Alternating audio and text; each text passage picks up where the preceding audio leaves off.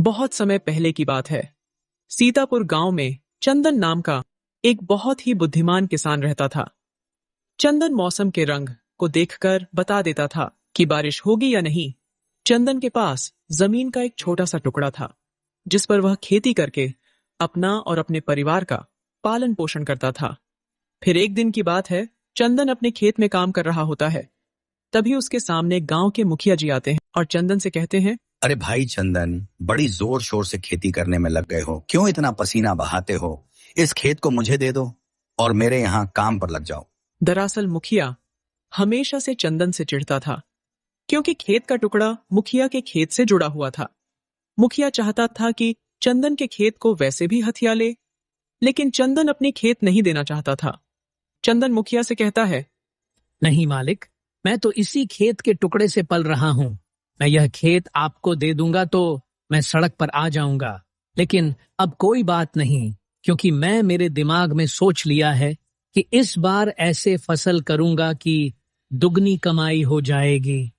फिर एक दिन देखना आप आपके वाला खेत को भी मैं अपने में मिला लूंगा। मुखिया ने यह बात सुनी तो चौंक गया और अपने मन में बोला, अरे बाप रे, ये कौन से खेती करने जा रहा है? मुझे पता लगाना ही चाहिए। ये तो वैसे भी बहुत होशियार है। अरे भाई चंदन, पर तुम खेती किसकी करने जा रहे हो, बताओ तो। ऐसे नहीं बताऊंगा मालिक, ये थोड़ा अंदर की बात है। वह जमीन कम है ना मेरे पास, तो उसका गणित नहीं बैठ रहा है। मैं रात में आकर इसका हिसाब किताब लगाऊंगा। इतना कहने के बाद चंदन वहां से चला जाता है, लेकिन मुखिया के सर में दर्द कर गया और मुखिया सोचता रहा कि आखिर यह करना क्या चाहता है। फिर थोड़ी ही देर बाद रात हो गई तो चंदन हल लेकर निकलने ही वाला था कि तभी उसकी पत्नी मीना ने चंदन को रोका और कहा, अरे रात में हल लेकर कहाँ जा रहे हो जी? अरे भाग्यवान, शांत रहो। अपने पास कम खेत है, इसकी वजह से फसल नहीं हो पा रही है। तो मैंने एक तरकीब सोची है। देखना, इस बार इतना अनाज पैदा कर दूंगा कि साल भर भी खत्म नहीं होगी। चंदन की यह बात मुखिया खिड़की से सुन रहा होता है। मुखिया के पसीने छूट जाते हैं कि आखिर यह कौन सी खेती करने वाला है कि साल भर भी खत्म नहीं होगी। वह चंदन के पीछे पीछे उसके खेत तक गया और एक पेड़ के नीचे जाकर छुप कर देखने लगा। कहाँ से शुरुआत करूं, कैसे शुरुआत करूं? यह मुखिया का खेत बीच में ही आ रहा है।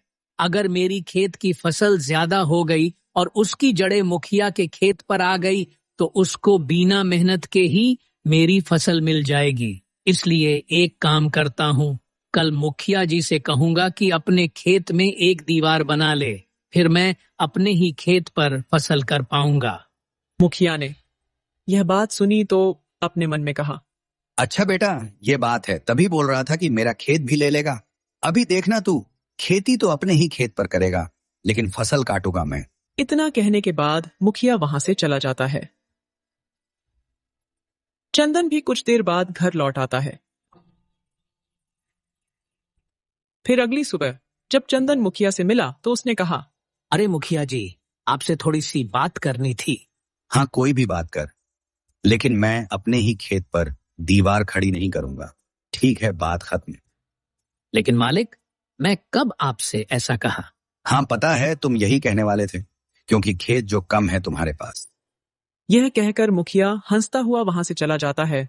फिर रात में मुखिया अपने कुदाल लेकर खेत पर पहुंच गया। अब देखना मेरा कमाल, मैं अपने खेत के मेड़ को काट कर आगे बढ़ा देता हूँ, ताकि इस चंदन को पता ना लगे और वह मेरी खेत पर खेती कर देगा और मुझे इसका लाभ मिल जाएगा। यह कहकर मुखिया ने रात भर लगकर मेड़ को आगे बढ़ा दिया।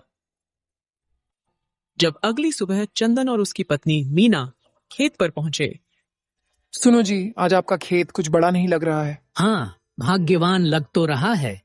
लगता है भगवान ने मेरी सुन ली, जो मुझे और ज्यादा फसल पैदा करने के लिए खेत को बड़ा कर दिया। चलो, अब मैं इस खेत पर बीज बो देता हूँ और फसल आने का इंतजार करता हूँ। चंदन ने उस खेत पर जी भरकर खेती की और फसल को बो दिया। महीने निकल गए और फसल पककर तैयार भी हो गए, तो वह फसल धान की थी। पूरा खेत धान से भर गया।